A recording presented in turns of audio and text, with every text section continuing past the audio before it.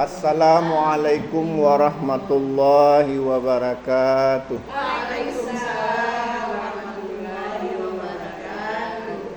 Alhamdulillahi rabbil alamin. Assalatu wassalamu ala asyrafil anbiya'i wal mursalin wa ala alihi wa ashabihi ajma'in.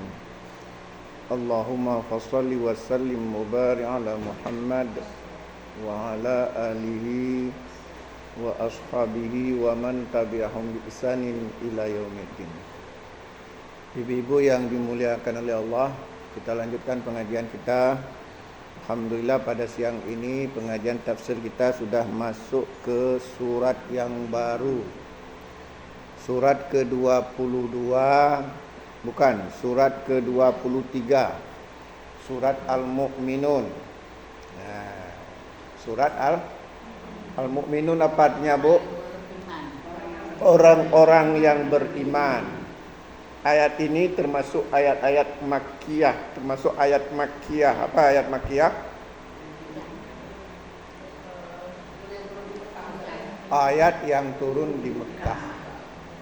Ayat yang turun di Mekah.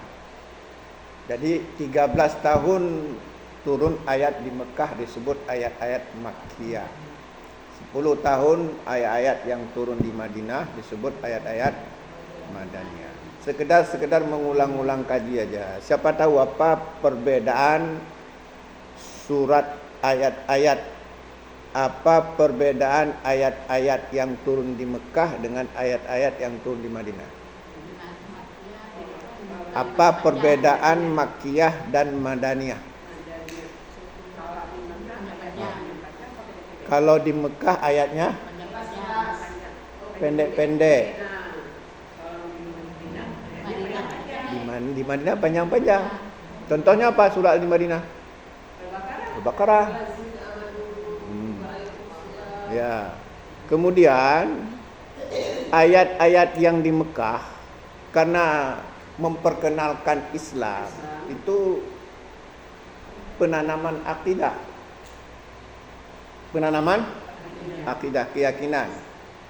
Kisah umat-umat terdahulu. Kisah umat-umat terdahulu. Makanya dia redaksinya kadang-kadang ya ayuhan nas, wahai manusia. Karena ada yang sudah Islam, ada yang belum. Bahkan kebanyakan belum. Maka Allah panggil ya ayuhan nas, wahai manusia. Ya ayuhan nas, u'budu rabbakumul ladzi khalaqakum. Wahai manusia, sembahlah Allah yang menciptakan kamu. Sembahlah Tuhan yang menciptakan kamu.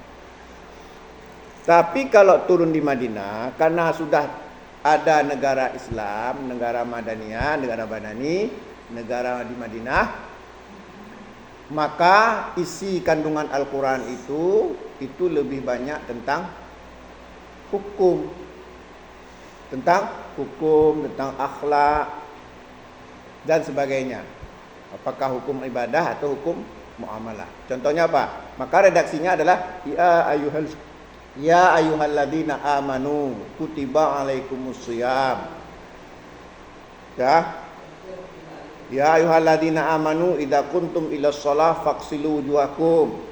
Ya, itu ayat yang turun di Madinah. Kenapa? Karena sudah ada masyarakat Islam, sudah ada negara Islam. Ya. Nah, Al-Mu'minun ini berarti lebih banyak isinya tentang penanaman akidah.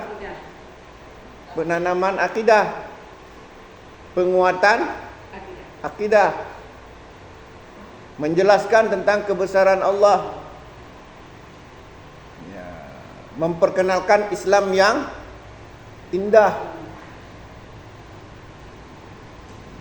dan lainnya. Nah, kita lihat artinya sekarang. Kita baca ya. A'udzu billahi minasy syaithanir rajim. Bismillahirrahmanirrahim. Qad aflahal mu'minun alladzina hum fi salatihim khashi'un walladzina hum 'anil lagwi mu'ridun walladzina hum lizzakati fa'ilun walladzina hum li furujihim hafizun illa ala azwajihim aw ma malakat aymanuhum fa innahum ghairu malumin.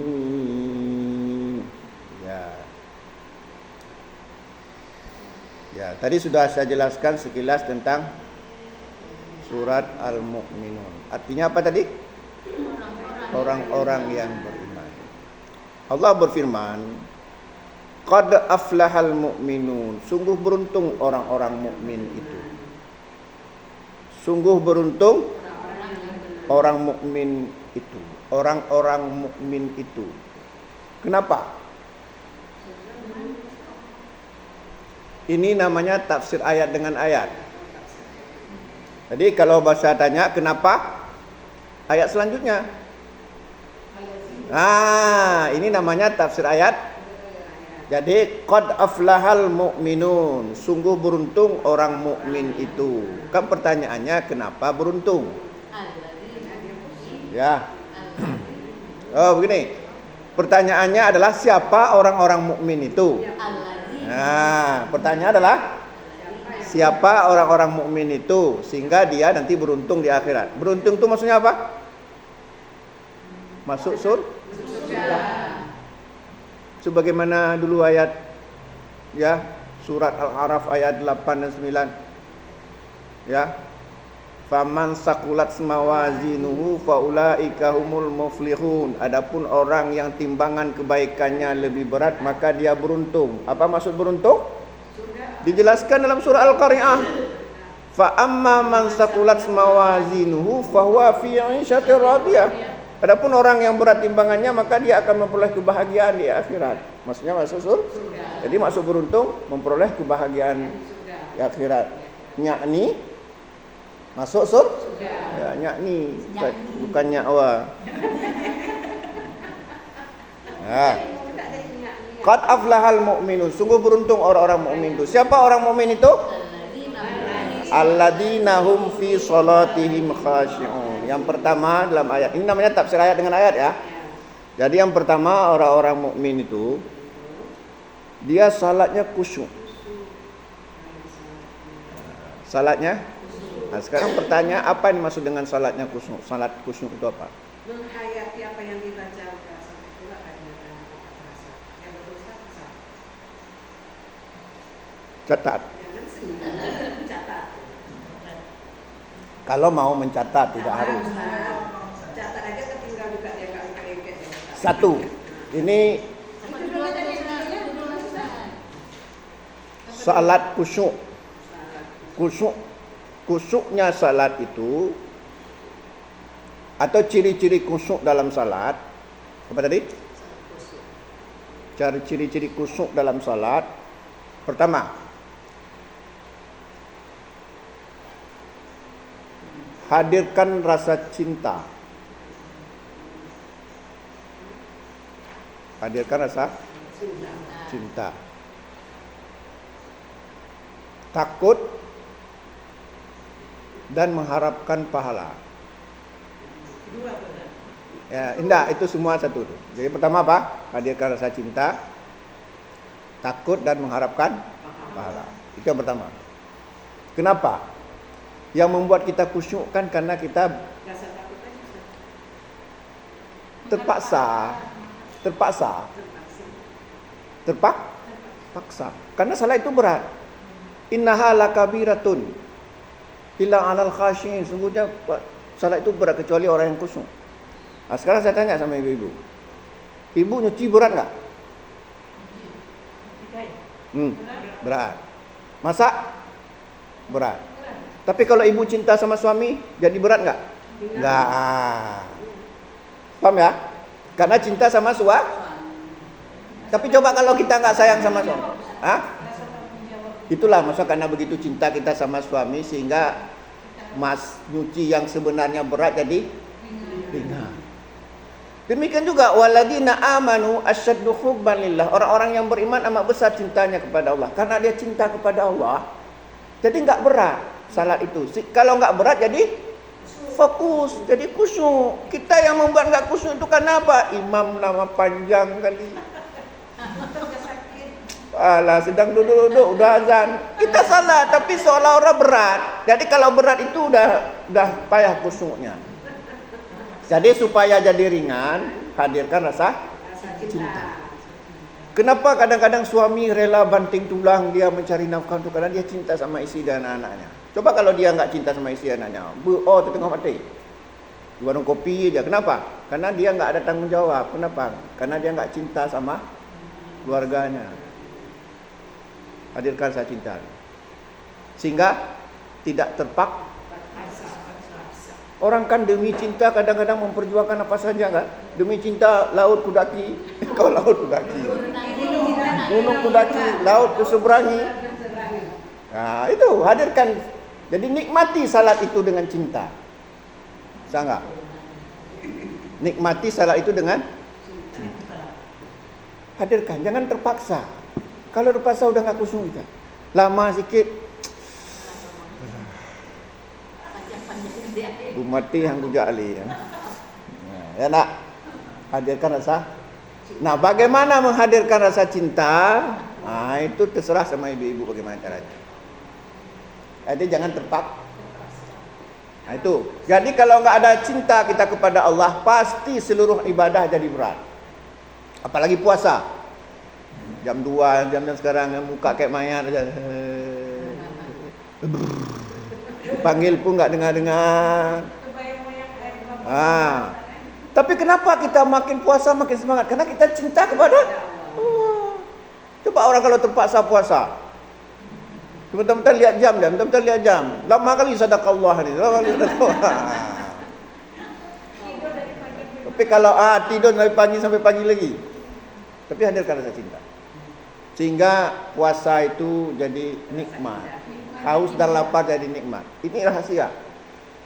Waladina amanu asyaddu hubban lillah. Orang-orang yang beriman amat besar cintanya kepada Allah. Ya. Cinta bukan kepada manusia tapi kepada Allah. Kan waladina amanu, sesungguhnya orang-orang yang beriman asyaddu hubban lillah, amat besar cintanya kepada Allah. Yang kedua, lahirkan rasa takut. Kenapa? Biar serius. Kita harus meyakini ini kalau enggak salat neraka ni. Takut. Supaya serius. Dengan serius jadi khusyuk, jadi sungguh-sungguh. Inna adzabi lasyadid, kata Allah, sungguhnya azabku sangat pedih. Harus takut. Ya tak?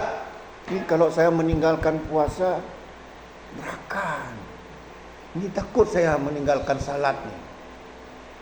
Cuman sebagaimana sudah saya jelaskan, takut kita kepada Allah semakin dekat, semakin tenang. Beda dengan takut kepada makhluk. Sekarang saya tanya sama ibu-ibu, ibu-ibu takut enggak pada hantu? Makin dekat apa makin jauh? Jauh. Ibu-ibu takut enggak sama harimau? Makin dekat apa makin jauh? Kalau ada orang bilang takut sama harimau tapi semakin jauh juga harimau, itu saraf dia. Takut sama hantu tapi takut kita kepada Allah semakin dekat, semakin tenang. Kenapa? Kenapa? Karena cinta tadi, Ustaz. Nah, itu dia. Karena takut bercampur cinta. Sekarang saya tanya, ibu-ibu pernah lihat orang membelai harimau? Ada. Kenapa? Ya, kenapa? Karena dia sudah cinta sama harimau. Memang dia takut, tapi karena rasa cinta lebih mendominasi sehingga dia belai-belai. Harimau pun begitu. Padahal sebenarnya harus takut kan sama harimau, tapi karena dia sudah bercampur cinta dengan harimau itu, karena dia pelihara dari kecil. Sama dengan kejadian yang kemarin itu, Ustaz, yang banjir kemarin itu kan. Jadi harimau itu bawa anak, jadi ada ibu bawa perahu sama bapak itu. Harimau ini tadi karena dia takut berat, anaknya itu dikasih sama yang perahu ini tadi, Ustaz.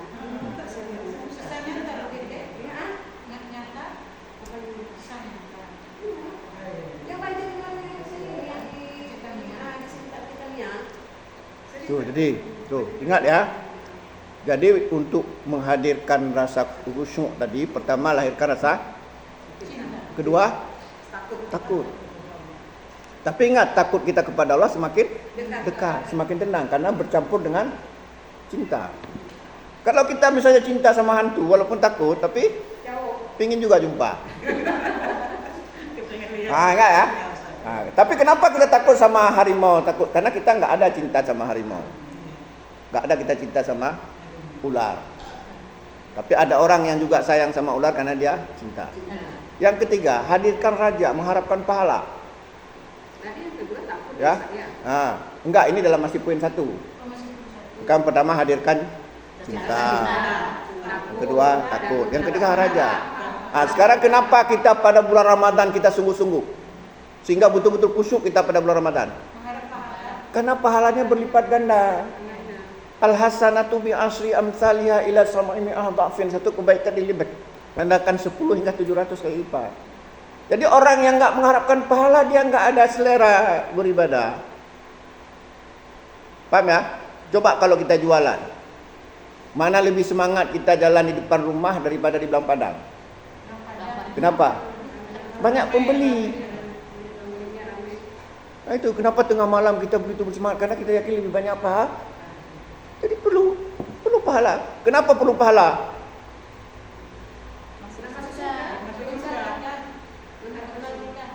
Ini sudah pernah saya jelaskan. Kenapa perlu pahala? Kenapa kita perlu banyak-banyak pahala sehingga di bulan Ramadan sungguh-sungguh kena dilipat? Ya untuk apa pahala itu? Karena di akhirat ada mizan. Kan sudah gitu lah. Fa amma man thaqulat mawazinuhu fahuwa fi 'ishatir radiyah. Adapun orang yang timbangan kebaikannya atau pahalanya lebih berat, dia akan memperoleh kehidupan bahagia. Jadi untuk apa pahala itu? Karena pahala dan dosa itulah yang ditimbang di mizan. Ya, sehingga ketika ditimbang berat. Kenapa berat? Karena memang kita berusaha cari pahala.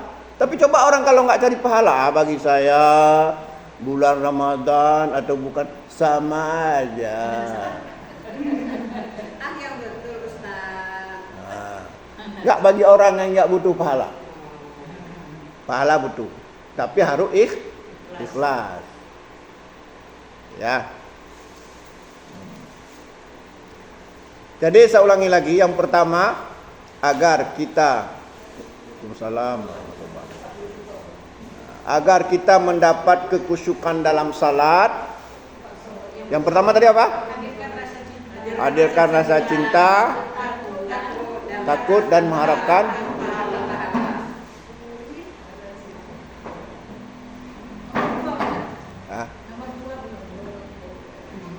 Yang kedua,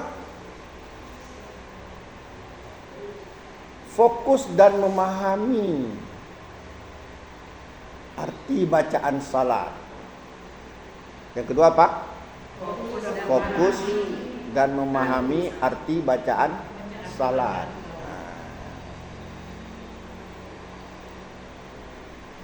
Coba ibu-ibu ya membaca surah Al-Fatihah. Ya. Kita membaca begitu saja tanpa tahu artinya dengan tahu artinya, mana lebih menghujam? Fokus, tapi fokus itu bukan berarti konsentrasi penuh, enggak. Paham ya? Fokus itu maksudnya ya kita jangan berbelok-belok hati kita. Tapi bukan berarti kita, ada orang kadang-kadang salah memahami ya. Jadi dia fokus sekali sehingga orang sudah rukuk dia masih berdiri, orang sudah sujud dia masih rukuk.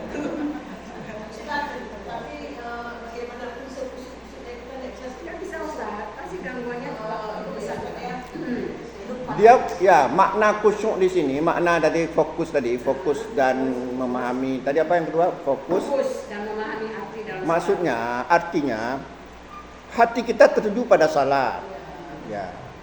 Tapi bukan berarti kita konsentrasi penuh. Kenapa? Karena Nabi sendiri pernah bersabda begini, kata Nabi, uktulu al aswadaini fis salah. Bunuhlah dua binatang hitam saat kamu sedang salat. Al haya wal maqrab wal aqrab. Nah, wal aqrab, al hayah wal aqrab. Apa artinya itu? Kata Nabi, uktulu ya al aswadain atau uktulu fi shalah al aswadain. Bunuhlah dua binatang hitam saat salat. Apa dua binatang itu? Al hayah, ular, wal aqrab, kalajengking. Nah, jadi kalau misalnya kita melihat ada kalajengking, itu boleh maju terus injak. Makanya dulu orang salat pakai sepatu, ada yang pakai sepatu. Maka kalau telanjang kaki jangan injak, keok nanti.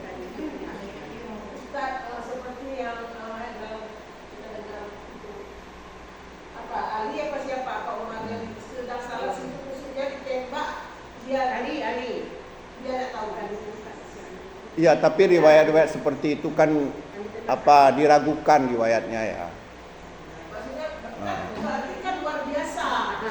Musuhnya ya. Kita itu maksudnya dia mau diakui cabut, dia salah. Ya, tapi riwayat seperti itu perlu kita teliti ya. Ya, artinya begini, yang dikatakan khusyuk fokus itu bukan berarti kita nggak sadar, nggak peduli apapun, sampai mau gempa pun nggak peduli. Jadi tadi saya lihat Nabi sendiri pernah menyuruh membunuh dua hewan, padahal sedang salat.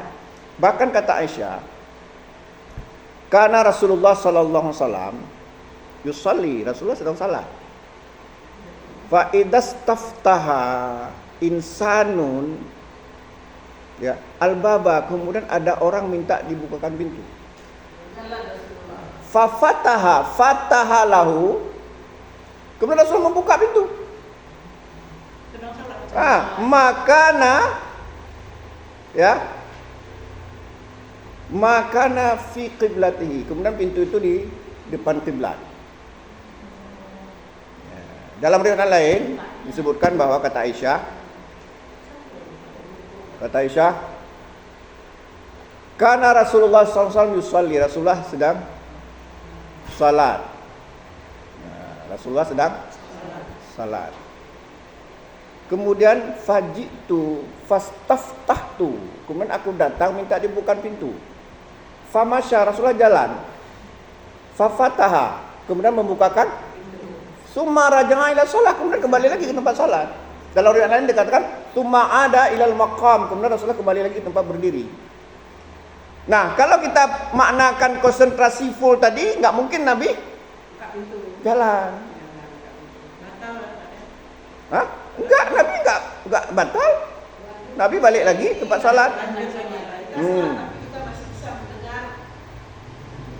Maksudnya yang ingin kita katakan, jangan kita salat kebakaran nggak peduli, atau nggak tahu sedang gempa nggak tahu.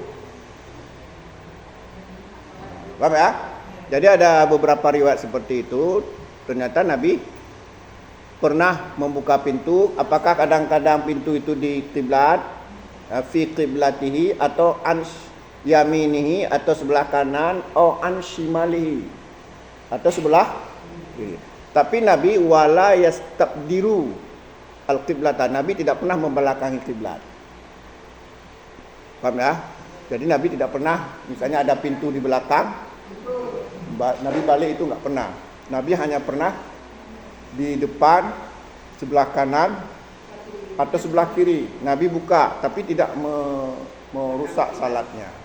Itu maknanya apa? Makna fokus di sini artinya bukan konsentrasi full, sehingga ada binatang mau ular sepertinya mau mencetok kita, mencetok itu bahasa apa? Menggigit kita nggak peduli, nggak boleh. Nah, kemudian mengerti tadi apa?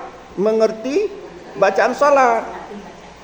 Nah, coba ibu-ibu paham, saya tanya sama ibu-ibu ini semuanya. Apa ibu-ibu ini sudah tahu arti bacaan salat sejak doa iftitah sampai salam, tahu? Alhamdulillah. Nah, kalau belum tahu, kalau belum sempurna, agar khusyuk, coba dipelajari maknanya.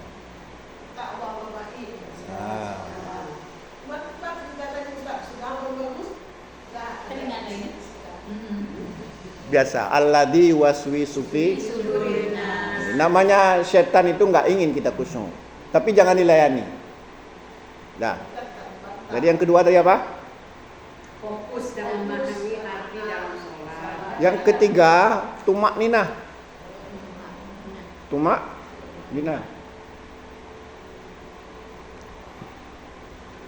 Ya. Karena banyak ayat hadisnya ya, misalnya summarqa hatta tatma'inna raqi'an, summasjud hatta tatma'inna sajidan. Rukuklah hingga tumakninah dalam ruku, sujudlah sehingga tumakninah. Apa yang maksud dengan tumakninah? Ketenangan misalnya. Makna tumakninah itu ada dua. Yang pertama, kita hayati salat itu. Kita tenangkan jiwa kita. Kita pahami maknanya bacaan salat. Paham ya? Seperti ruku, apa contoh bacaannya? Subhana rabbil azim. Nah, kita hayati maknanya. Dah, itu makna tumaninah yang pertama. Apa tadi? Nah, memahami maknanya. Yang kedua, gerakannya itu sempurna. Makna tumaninah adalah gerakannya. Nah, seperti kata Nabi, la tujzi'u salatur rajuli, ya, la tujzi'u salatur rajuli la yuqima sulbahu fi rukui wa sujud. Tidak sempurna salat seseorang yang tidak meluruskan punggungnya ketika rukuk dan sujud. Tidak sempurna itu maksudnya bisa jadi kurang tumakninah. Ya semampunya lah. Artinya jangan asal-asalan gerakannya, karena gerakan itu mempengaruhi jiwa kita. Kalau sempurna itu akan lebih membangkitkan penghayatan. Coba kita berdiri lurus, punggung kita lurus.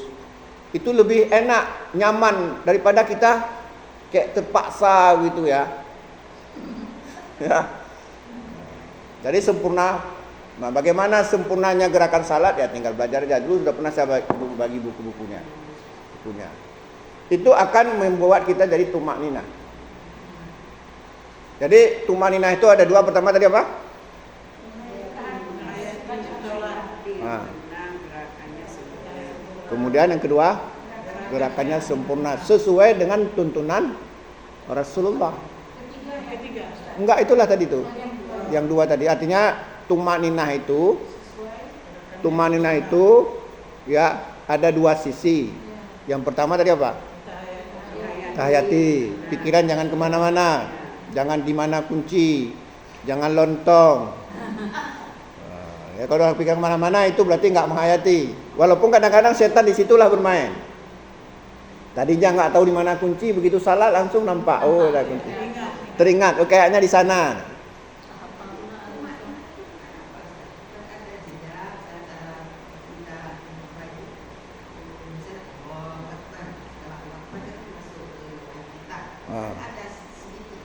Itulah ketenangan itu kan butuh waktu. Itulah jeda. Maksud ketenangan tadi apa? Tidak tergesa-gesa, tenang. Pasti memerlukan waktu. Artinya tidak terburu-buru. Paham ya? Apa maksudnya menghayati tenang? Kan butuh waktu. Jadi kalau kita katakan tadi menghayati, menghadirkan ketenangan, udah pasti ada jedanya. Kalau kita tidak menghayati pasti terburu-buru. Ya kan? Allah. Coba kita hayati begitu ruku kan? Kita hayati makna ruku. Ya kan? Otomatis kita perlu waktu kan? Yang kedua tadi apa? Gerakan kita Gerakannya sempurna. Gerakan kita. bagaimana ruku, bagaimana sujud, bagaimana berdiri. Jadi khusyuk itu yang pertama tadi apa? Hadirkan. Hadirkan rasa cinta, takut dan mengharapkan pahala. Nah, yang kedua, Fokus dan memahami arti bacaan Al-Quran. ya. Yang ketiga, nah itu dia jaga. Insya Allah kalau bisa kita apa tadi?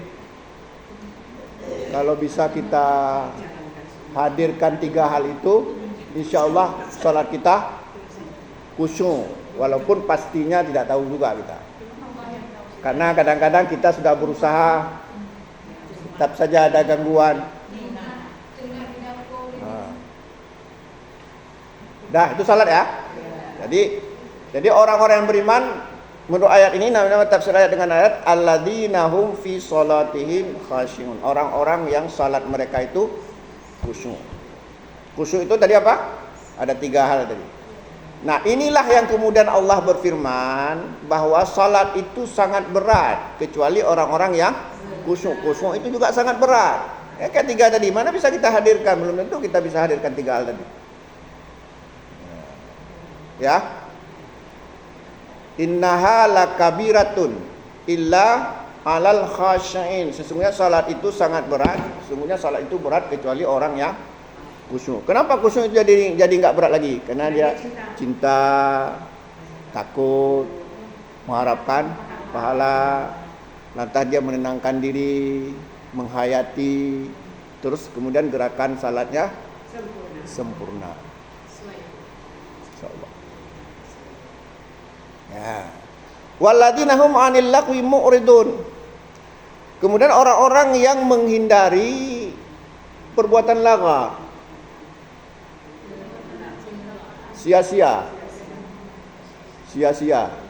Lagha itu sia-sia.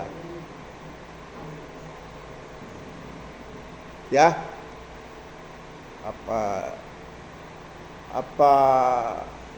Apa itu sia-sia? Sia-sia itu bukan berdosa ya. Tapi gara-gara lagha ini kita jadi lalai dari mengingat Allah. Tidak ada pahala. Ah, Ya Ustaz. ya. Tapi kalau kita tadi ingin jadi orang beriman, dalam ayatnya dikatakan apa? Mu'ridun, jauhi. Dari hal-hal yang tidak bermanfaat, jauhi. Si tidur aja kerjanya. Si main HP, aja TikTok aja. Kalau ada manfaatnya oke, enggak apa-apa. Tapi kalau hanya membuang-buang waktu kayak orang mancing ya, berjam-jam, cuma pilih aja satu. Nah, makanya dalam puasa kan gitu juga. Dalam puasa sangat ditekankan kita menghindari lagha. Kenapa? Ternyata lagha ini walaupun dia tidak berdosa, bisa ya membuat kita kehilangan pahala yang seharusnya kita dapatkan sangat besar. Makanya Nabi mengatakan apa? Laisa siyam minal akli syarab. Puasa itu bukan hanya menahan makan dan menahan minum. Innamas siyamu minal lahwi warafas. Tapi puasa itu adalah menghindari diri dari lagha, dan rafas. Rafas itu apa? Segala macam dosa, segala macam kekejian. Kalau lagha itu tidak berdosa tapi melalaikan. Kalau rafas berdosa. Fa in syabaka aw jahala alaikum faqul ini shaim. Jika ada orang yang mencaci maki kamu atau menjahili kamu, faqul maka katakanlah ini shaim, aku sedang berpuasa. Maksudnya apa? Sabar. Sah? Jadi kalau ada orang mengajak berkelahi, apa kita bilang? Aku sedang berpuasa. Kapleh raya, Bu.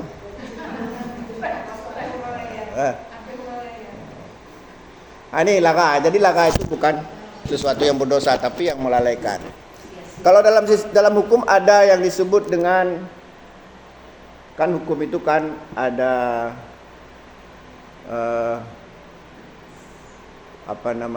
ada yang disebut dengan syubhat. Ya. Ada dengan syubhat. Ya. Syubhat ini artinya ya meragukan apakah dia halal atau haram. Ya. Innal halal bainun kata Nabi. Sesungguhnya halal itu jelas. Wa innal harama bainun, haram itu juga jelas. Wa bainahuma ya musyabbihat, dan di antara kedua itulah disebut dengan syubhat. Tapi kata Nabi, fajtanibu, maka jauhilah yang syubhat.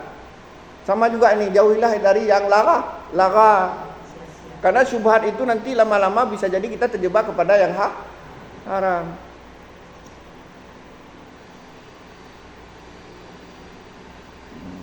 Ya.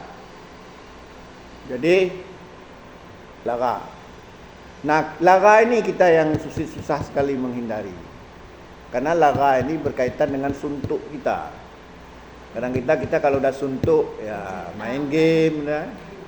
Segala macam-macam, melalaikan game. Tapi tidak semua game itu lara. Ada juga game-game yang memancing kecerdasan. Ya, tidak semua game itu negatif. Ada yang positif. Ya, kayak catur misalnya. Ya, itu ada yang bilang, tapi nggak tahu juga. Itu kadang-kadang bisa mengasah otak. Cuman kalau berlebihan yang jadi lara. Berlebihan sehingga ya istri merepet nggak dengar lagi. Ya. Lalai. Nah, jadi itu ya. Jadi ciri orang yang beriman dari yang lara dihindari. Yang pertama tadi apa? Ciri orang yang beriman menurut ayat ini. Salatnya khusyuk. Yang kedua, menghindari diri dari lara.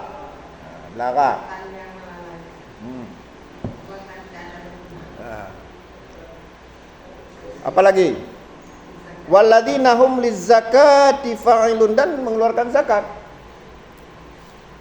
Ya, mengeluarkan zakat. Ya, bagi kita yang bukan petani ini ya tentu saja zakat mal. Masih ingat ibu-ibu cara menghitung zakat mal? Nisabnya berapa? Nisab itu apa? Ukuran yang mengharuskan kita mengeluarkan zakat. Misalnya gaji.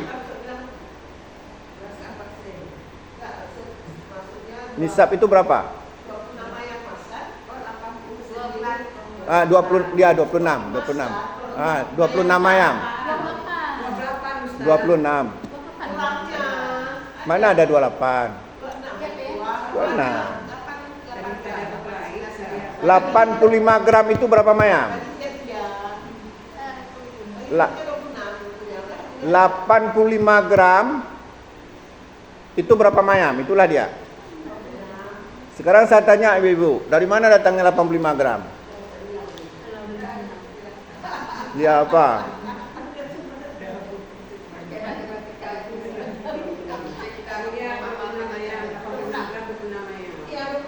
Dah, ya baik. Dari mana datangnya 26 ayam? Dari mana datangnya 26 ayam? Dari 85 gram. Nah, 85 gram itu dari mana?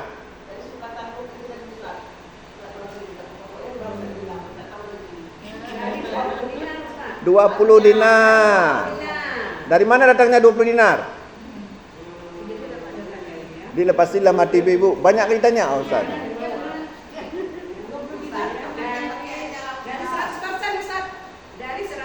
Kan. Dari hadis.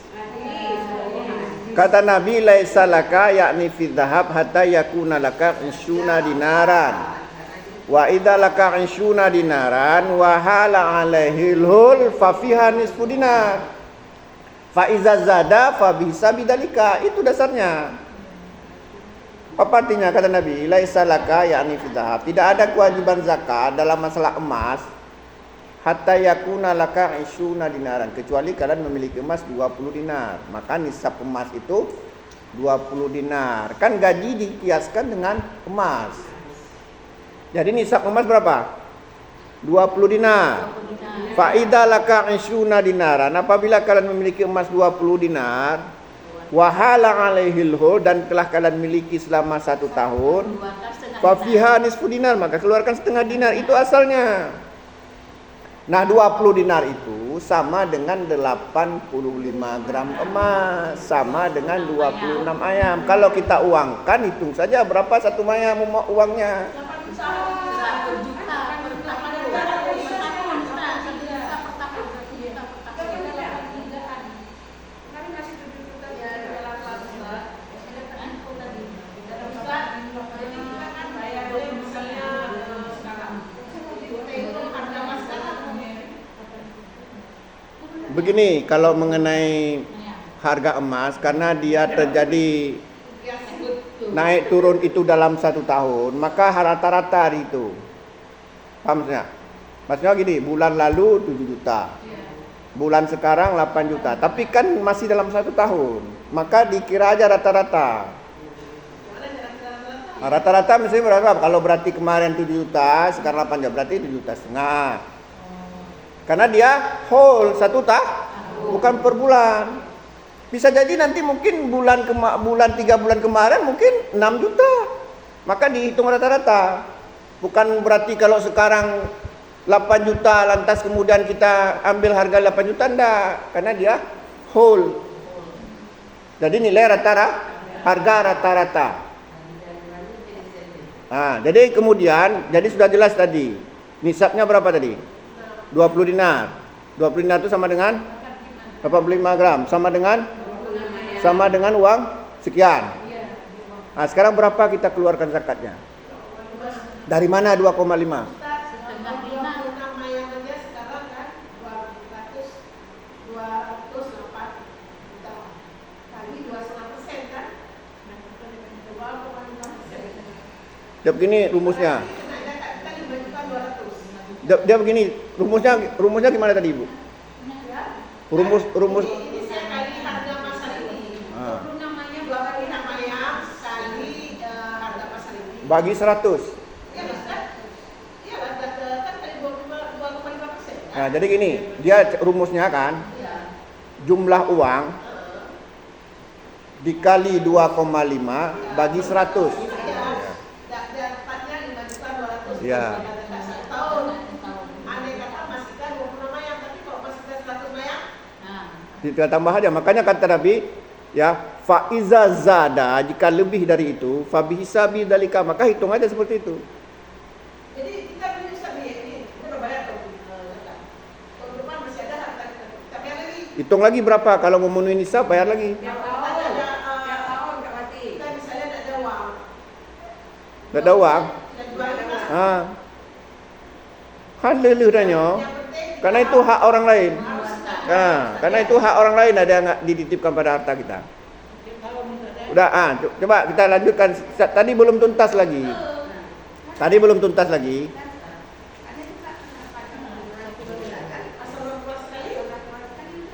Enggak ada. Kata Nabi, wahala alaihil hul. Jika telah hul. Enggak ada Nabi mengatakan cukup sekali, enggak ada. Dah. Entar lo dari tadi 2,5%. Dari mana datangnya? 2,5% dari mana datangnya?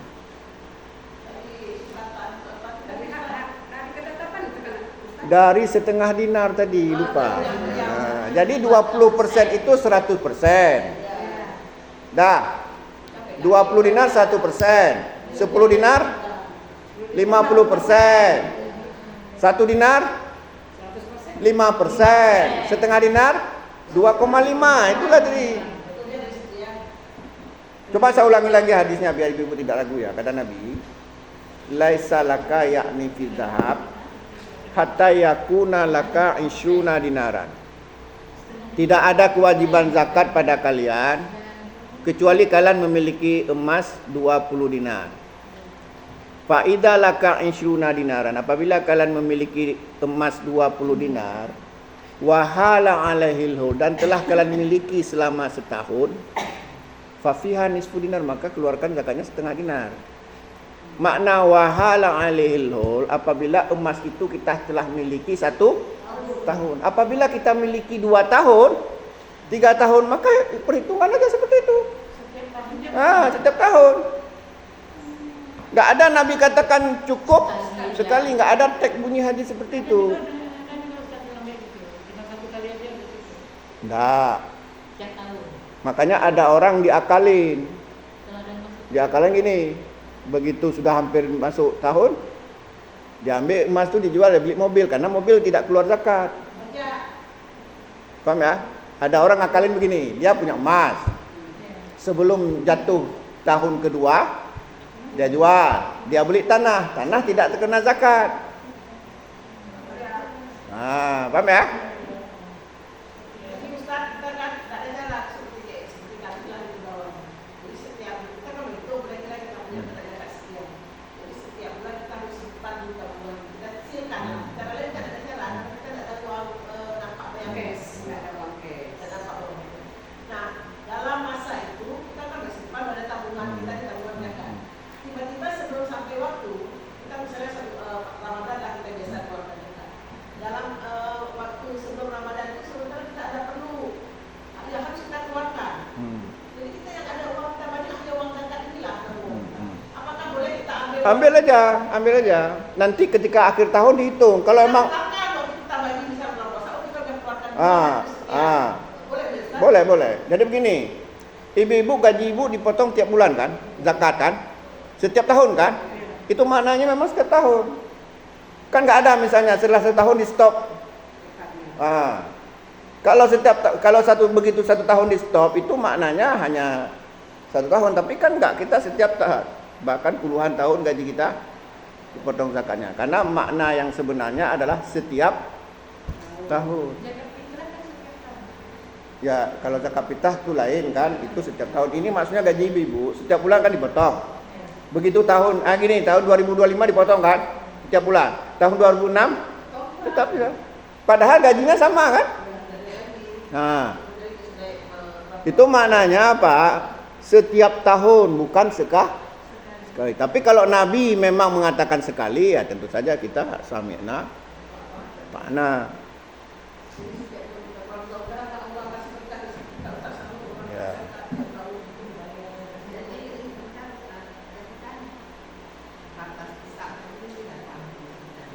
85. Tapi ini ada khilaf di kalangan ulama ya.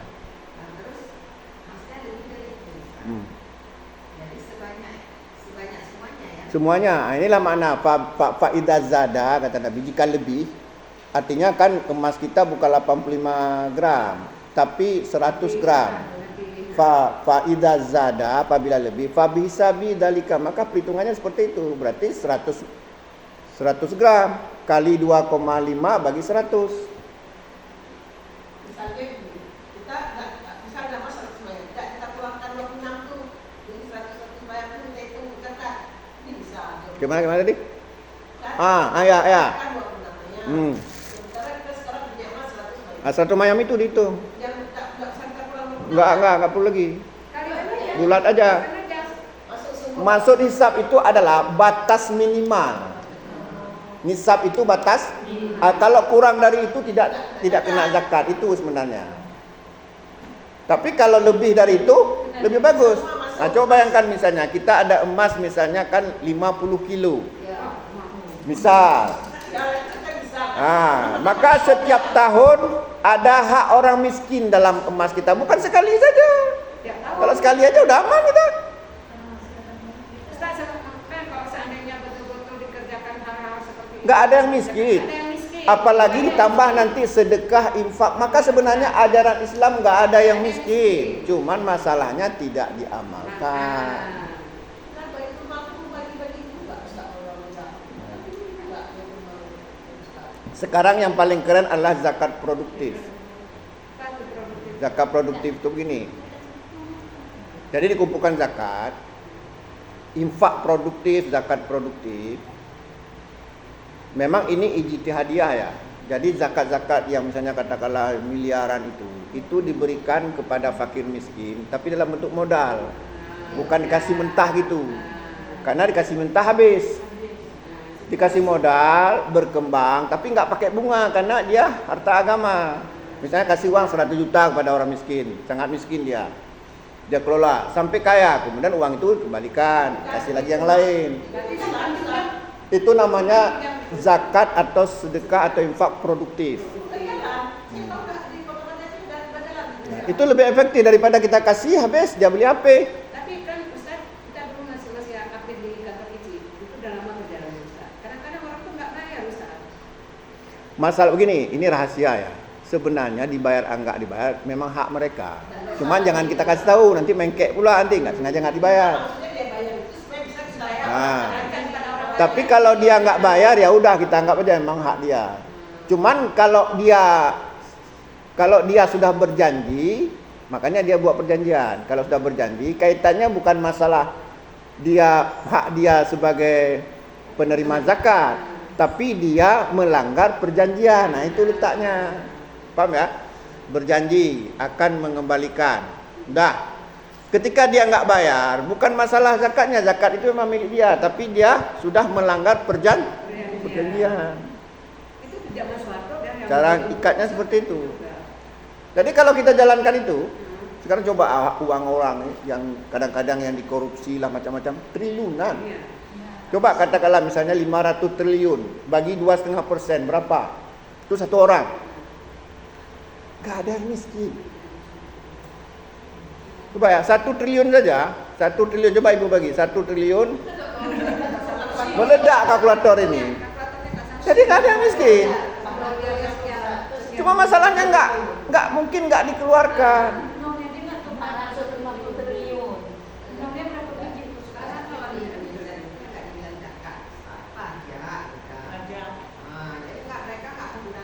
Jadi sebenarnya ya kalau kita ingin misalnya lebih tenang, lebih nyaman.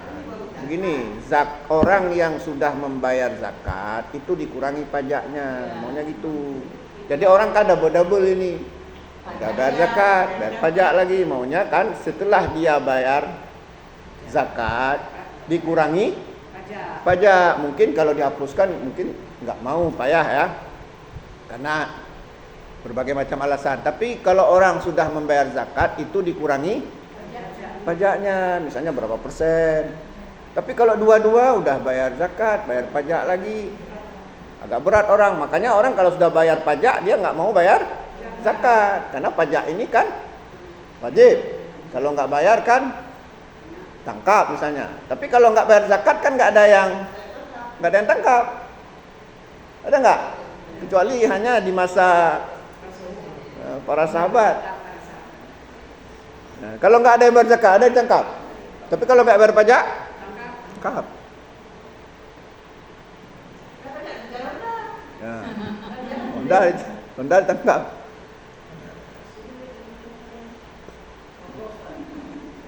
Kita bayar pajak, bayar sendiri, bayar sendiri kan boleh kan?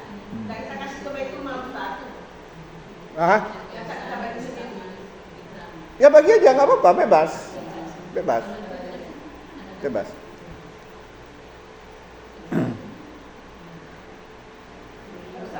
Ya. Waladina hum li furujihim hafidun, dan orang-orang yang menjaga kemaluannya. Nah, ini masih ingat dulu saya bacakan hadis ketika seorang sahabat bertanya kepada Rasulullah an aksarima yudkhilun nasa anna, tentang apa yang kebanyakan membuat orang masuk neraka. Faqal, Nabi menjawab, al-famu wal farju, mulut dan kemaluan. Bahaya kali rupanya kemaluan. Makanya orang kadang-kadang, ini mohon maaf ya, kadang-kadang dia ya lebih bagus suruh kawin aja lagi lah daripada berzina, daripada kolesterol, asam urat, darah tinggi, apalagi diabetes. Main itulah mengamuk pula ibu nyanya di rumah. Nah udahlah, nggak usah, stop, jangan bahas itu. Udah paham. Nah, jadi waladina hum li furujihim hafidun, orang-orang yang menjaga kemuliaan. Illa ala azwajihim, kecuali kepada istri-istri mereka. Oma malakas aimanuhum, dan budak. Dulu kan budak itu bisa digauli.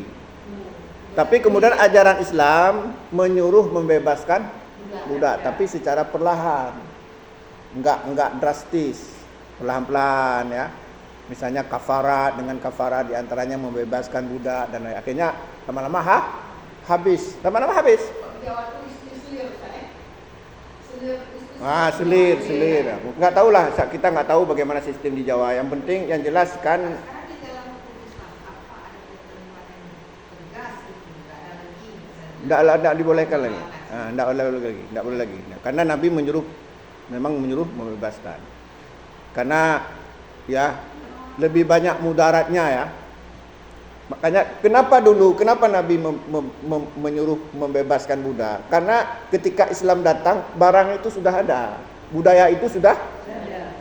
Tapi ketika sudah habis semuanya, tidak boleh lagi. Paham ya? Ketika Islam datang, perbudakan itu sudah ada. Nah, jadi lama-lama bebaskan. Jadi setelah bebas nanti bukan berarti dibolehkan lagi, enggak. Makanya kalau ada orang yang memperbudak manusia, hukumnya haram.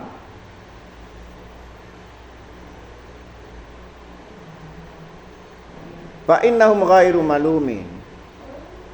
Dan tidak berdosa ya. Kalau karena budak itu dulu budaya Arab ya, bukan Islam, bukan ajaran Islam ya. Budaya Arab itu dianggap barang. Tapi kemudian kan dibebaskan. Ya. Kemudian menjadi sahabat yang mulia. Nafi lagi itu bekasnya budak Ibnu Umar. Kemudian Ibnu Umar membebaskan menjadi sahabat yang mulia, termasuk orang yang meriwayatkan hadis. Jadi ketika habis semuanya nggak ada lagi perbudakan.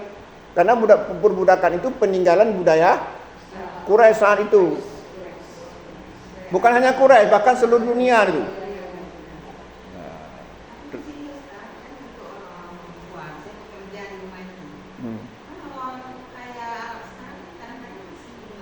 Nah, itu perzinahan.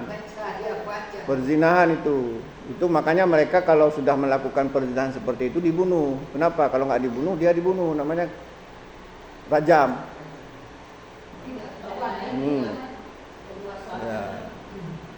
Ya udahlah ya.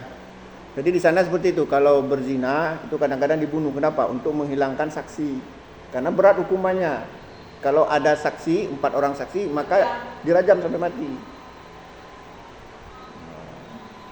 Atau diancam, jangan kasih tahu. Itulah makanya kadang-kadang ya, memang manusia ini kadang-kadang memang berbeda-beda potensi itu ya. Ada yang kadang-kadang 1 aja nggak habis, ada yang kadang-kadang 3 nggak cukup. Nah itu. Nah. Kita lanjutkan sedikit lagi ya. Udah habis ya? Udah habis. Ya mudah-mudahan ada manfaatnya. Aku lebih qauli hadza fastaghfiru innahu ghafurur rahim. Wassalamualaikum warahmatullahi wabarakatuh. Waalaikumsalam.